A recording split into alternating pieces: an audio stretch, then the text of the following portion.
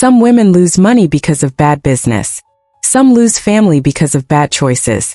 But this woman lost everything because she chose 3 children that were not hers. Life does not always ask permission before it starts misbehaving. The woman had everything people pray for: education, respect, a good job. She was a doctor. Money followed her like a loyal dog. But children? Nothing. Hospital corridors remembered her footsteps. Nurses remembered her sighs. Doctors remembered her questions. Prayers were said so many times that even heaven seemed to reply, "Madam, we have heard." Adoption offices smiled politely and closed doors gently. No child stayed. Some cried too much. Some refused her. Some just did not belong. Loneliness sat with her longer than success ever did. One evening, tired of pain, tired of hope, tired of people saying it will be well without proof, she walked into the forest with one decision on her mind. Then life interrupted her again. From nowhere she heard screams. Not movie screams, real ones. The kind that make the body react before the brain asks questions. She ran toward the sound and found a pregnant woman lying on the ground, soaked in sweat and fear, fighting for her life. Doctor instincts woke up faster than despair. She helped deliver 3 baby girls, crying, alive, stubborn. The mother smiled once and died. Silence fell like a heavy cloth. No family. No father. No village that wanted to remember the woman. The doctor took the babies. That night, everything she owned started disappearing. Her money dried up. Her properties vanished. Her accounts became empty like broken promises. Poverty did not arrive suddenly. It came slowly, like a thief checking if the house was asleep. First she stopped buying new clothes. Then she stopped driving. One day she stood in the market calculating whether to buy rice or kerosene. Sometimes she laughed, not because it was funny, but because crying every day would look suspicious. When people asked, "Doctor, how are you?" she answered, "I am alive." That is progress. When she demanded answers, she was told the truth. To regain her wealth, she had to abandon the children. Worse, they were marked for death. She refused. Money can be replaced. Children cannot.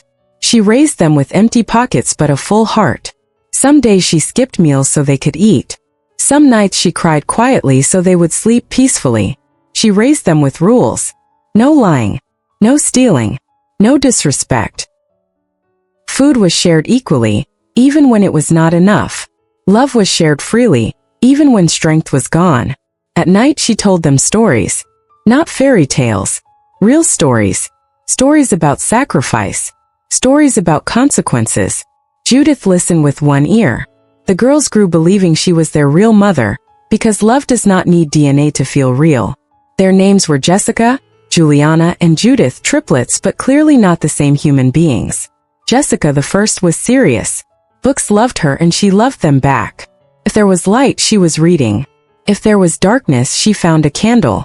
She asked questions that annoyed adults. Why is the sky blue? Why do people die? Why are textbooks expensive?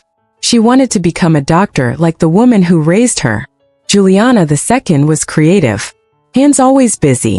Braiding hair, sewing clothes, beading necklaces. She once made a dress from old curtains. People laughed, until they asked where she bought it. If you sat near her, you might leave with a new hairstyle without consent. Judith, the last. Judith specialized in doing nothing. Effort offended her spirit. Responsibility stressed her soul. She believed life should arrive already prepared. While her sisters worked and helped their mother, Judith complained. Other girls had cars. Other girls had expensive lipstick.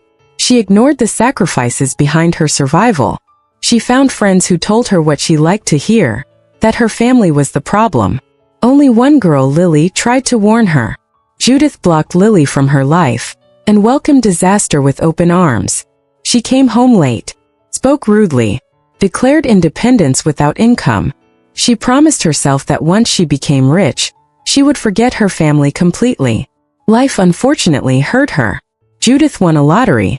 She screamed like someone who escaped prison. Suddenly she remembered enjoyment, not family. Bought cars she couldn't maintain. Partied like tomorrow was optional. Investment? No. Money entered her life, wisdom did not. Her mother fell sick. The woman became thin. Her voice weakened. Her smile stayed. She never complained. She only said, "Take care of each other." Jessica and Juliana begged Judith for help. Judith answered, "I will call you." She never did. She shut the door literally. The sisters worked like machines.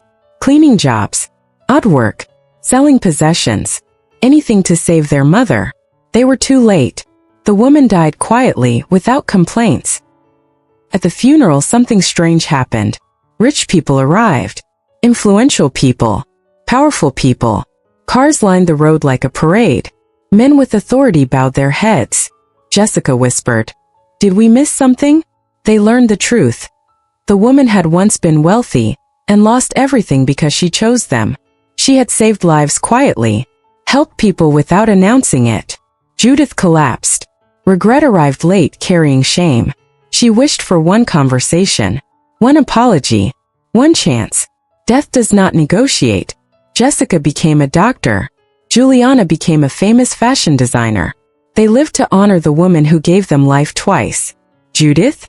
Judith did not die immediately. She survived but did not live. Regret became her companion. Money could not silence it. Some deaths breathe. Some people don't die early. They die slowly,